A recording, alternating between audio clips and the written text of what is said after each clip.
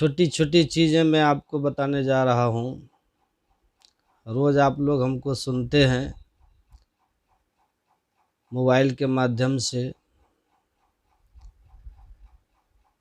एक जो चर्चा होती है और लगातार जो भी समय में मैं आता हूँ, जो लगातार भाव बनता है।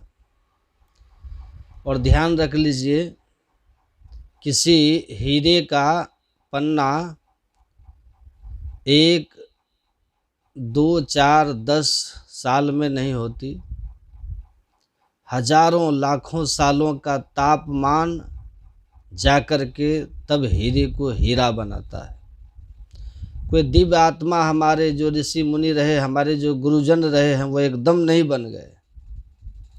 हजारों लाखों सालों की तपस्या, उनकी भक्ति का प्रभाव है कि वो लोग धरती को जगाने के लिए आए। और उनका प्रतिनिधि बन करके जब कोई गुरु आपके सामने कुछ कहता है तो अपनी तरफ से नहीं कहता, उन ऋषियों के संदेश को कहता है।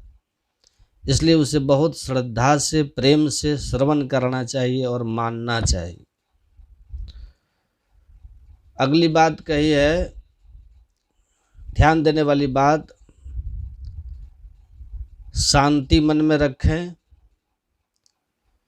ये फूल है। शांति से मतलब हुआ आपका बोलना शांति वाला, आपका व्यवहार शांति वाला, आपका आचरण शांति वाला, आपकी दिनचर्या अशांति वाली न हो, और आप जो बांट रहे हो वो भी अशांति नहीं होनी चाहिए। जो शांति की संपत्ति को जीवन में संग्रह करता है और उसको बांटता है तो वो बड़ा समृद्धिशील इंसान है। क्योंकि जीवन का सारा सुख शांति पर ही टिकती है। सबको सोचना चाहिए, अगर आप शांत हैं तो आप सुखी हो सकते हैं। सुखी हो, सुख के साधन हो, और शांति अगर नहीं है तो सुख टिकेगा नहीं आपके पास। अशांत आदमी सुखी कहलाने के लिए कहलाए, इसके पास घर है, मकान है, जमीन है, जायदाद है, अच्छी कारें हैं, रुपया पैसा है, तो सुख के साधन हैं। लेकिन सुख के साधन होने के बाद भी वो सुखी है, ये गारंटी नहीं। हाँ, शांत है, शांति है, साधन कम भी हो तो शांति उसको खुशी देगी जरूर, सुख आएगा उसके पास जरूर। इसलिए शांति से ही सुख है। शांति के बिना जीवन में कुछ भी सुख नहीं है। चैन की नींद सो सके आदमी, चैन से घर में रह सके आदमी, चैन से उसके जीवन में, उसके अंदर सारी गतिविधियां चले। इसलिए किसी की जिंदगी में सोने की चैन का महत्व हो सकता होगा, पर कीमती वो है जिसकी जिंदगी में चैन से सोने का महत्व है। चैन की जिंदगी जीने का महत्व है। तो बोलना भी शांति वाला हो, व्यवहार भी शांति वाला हो, लेन देन भी शांति वाला हो। कुछ लोग ले तो लेते हैं फिर लौटाते नहीं। लौटाते समय इतने झगड़े होते, इतने उठापटक होते हैं, मार धाड़ होती है, तब जा कर के लोग देते हैं। और देना भी इतना कमाल का होता है कि 100 रुपये भी लिए हों तो 10-10 करके लौटाएंगे। जब तक अगले व्यक्ति से नाक न रगड़वा ले कि तूने दिया क्यों था, अब पता लगना चाहिए तुमको। अब कुछ लोग तो बहुत अजीब है, वो ये कहते हैं कि अगर आप ये चाहते हो कोई आपको दिल से याद करे तो उधार लेके मरो, बड़ा ही याद करेंगे आपको। और उधार जिससे ले रखा होता है ना, तो जिसने उधार लिया है वो तो याद करे ना करे, लेकिन जिसने दिया है वो तो प्रार्थना भी करता, भगवान इसे जिंदा रखना, कभी तो पैसे लौटाएंगे आगे।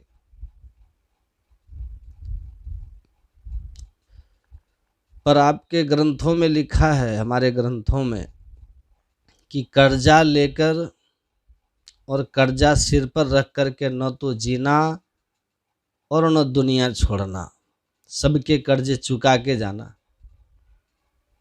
न अपने बच्चों पर कर्जा छोड़ के जाना। शत्रु की तरह माना जाता है वो पिता जो अपने बच्चों पर कर्ज छोड़ के जाए। और भाग्यशाली बच्चे वो होते हैं जो अपने माँ बाप का कर्जा चुकाए, उनका मान सुरक्षित रखे, अपने मान को महत्व नहीं दे, अपने पिता माता के मान को महत्व दे। क्योंकि जीवन में घटनाएं घट जाती है, ऐसी चीजें हो सकती है कि कर्जा हो जाए। अपने बच्चों का पालन पोषण करते करते ऐसी स्थितियां घट सकती है। तो निवेदन करना चाहता हूं आप सभी से कि जहां और सारी चीजें हैं उन्हीं में क्षमा करना एक गुण है, और शांत रहना ये भी एक फूल है। शांति का फूल भगवान को, गुरु को अर्पित करो तो घर से निकलते समय माथा ठंडा, और घर लौटे तो और ज़्यादा माथा ठंडा रखे। घर से निकलते हुए तो ठंडा रहता, लेकिन लौटते टाइम में बड़ा मुश्किल होता है।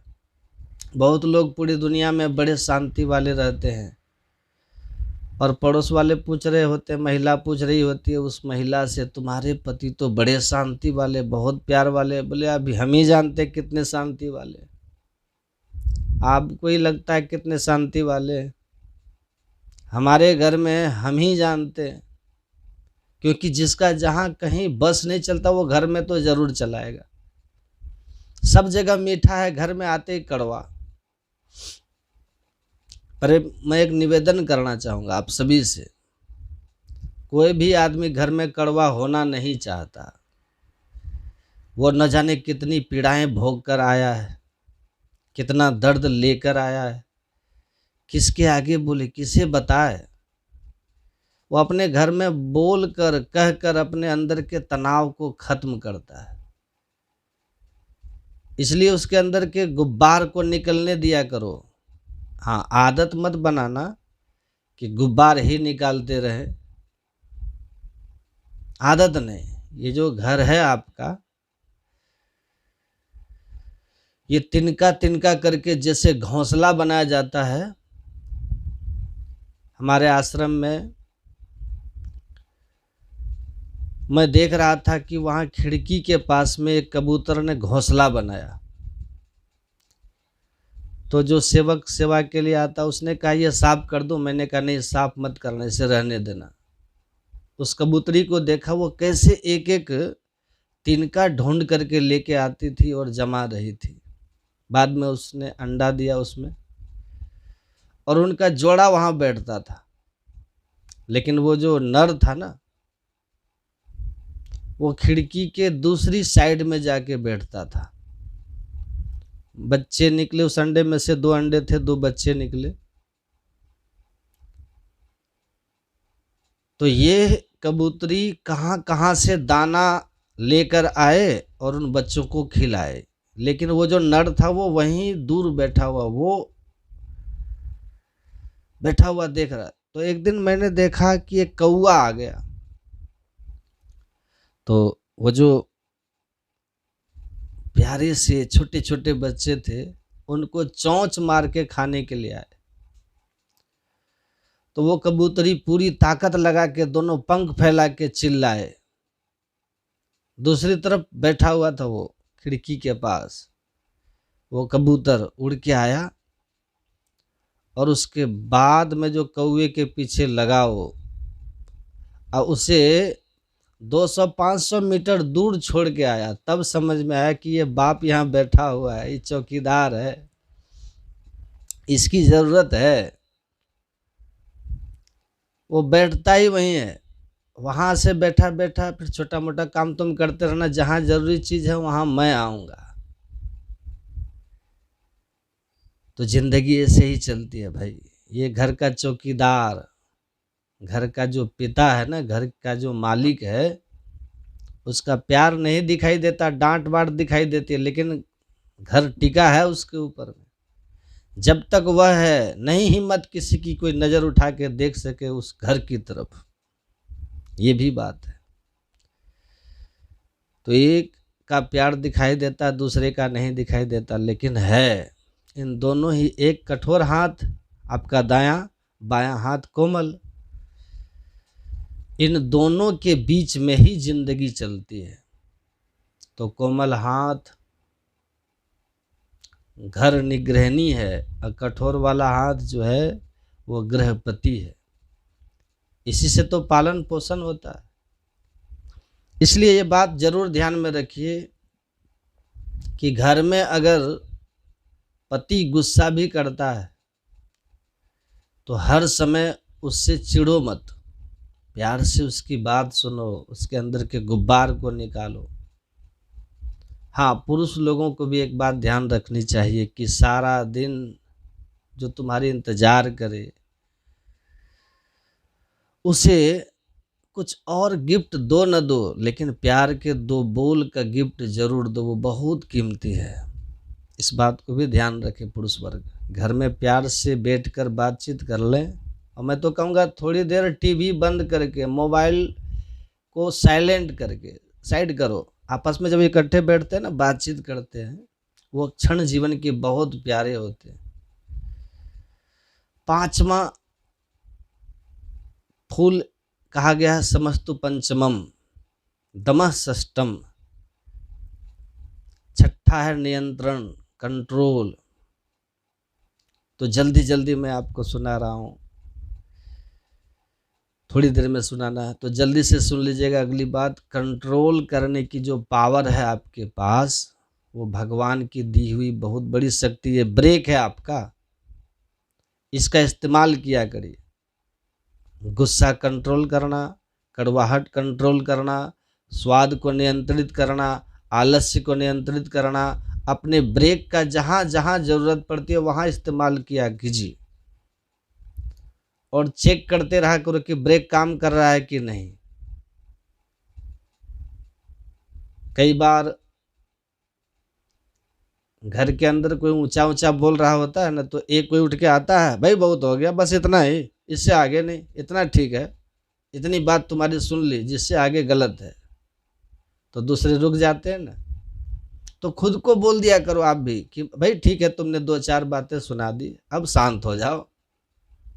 इंतहा नहीं होने दो, अति जहां होगी गड़बड़ होगी। थोड़ा बहुत लालच करके स्वाद वाली चीज खा लो, लेकिन इतना नहीं कि आप बीमार ही पड़ जाओ। तो जहां आप अपना ब्रेक इस्तेमाल करते हैं वो नियंत्रण ही कीमती है। और नियंत्रण करने वाला आदमी जो खुद को कंट्रोल करना जानता है, ये कंट्रोल करने की शक्ति, इसे ये भगवान को अर्पित किया जाने वाला फूल है। जिसके पास नियंत्रण की शक्ति है वो परमात्मा का लाडला प्यारा जरूर बनता है, गुरु का प्यारा जरूर बनता है। क्योंकि जिसके पास कंट्रोल है ही नहीं, उसकी ज़िंदगी खराब होगी, दूसरों की भी ज़िंदगी खराब करेंगे। कहाँ कहाँ कंट्रोल करने वाली अपनी जो ब्रेक वाली पावर है इस्तेमाल करने, वो खुद सोचा करो आप। ज़्यादा लापरवाह होना, ज़्यादा आलस्य करना, ज़्यादा जिद करना, ज़्यादा गुस्सा करना, ज़्यादा स्वाद में पड़ जाना, बेकार के चीज़ों में टाइम खराब करना, जहाँ जहाँ भी ब्रेक लगा सकते हैं आप लगाओ। इसको दम कहा गया। दमन करो इंद्रिय दुखदायी, नियंत्रित करना 6ठी भक्ति है।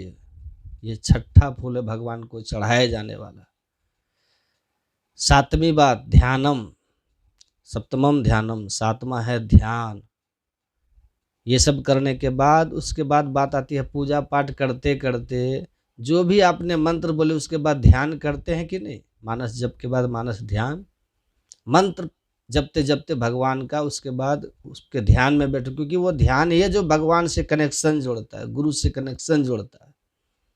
आपका मंत्र, आपकी पूजा, आपकी भक्ति, सब के बीच में आगे चल के ध्यान आता है। मन टिका कर थोड़ी देर खो जाइए एकदम, शून्यगतम मनः, ध्यानम शून्यगतम मनः। फिर देखिए कमाल, फिर उसका कमाल देखिए। फिर कहते हैं सत्य को जीना, सत्य की खोज करना, सत्य सिद्धांतों में अपना समय लगाना। ये 8वीं बात है। 8वां फूल अर्पित करो, ये भगवान को चढ़ाओ, गुरु को चढ़ाओ। आपका परमात्मा आपको प्रसन्न होकर आपको वरदान देंगे, जरूर देंगे, खुश हो जाएंगे आपसे। श्री सद्गुरु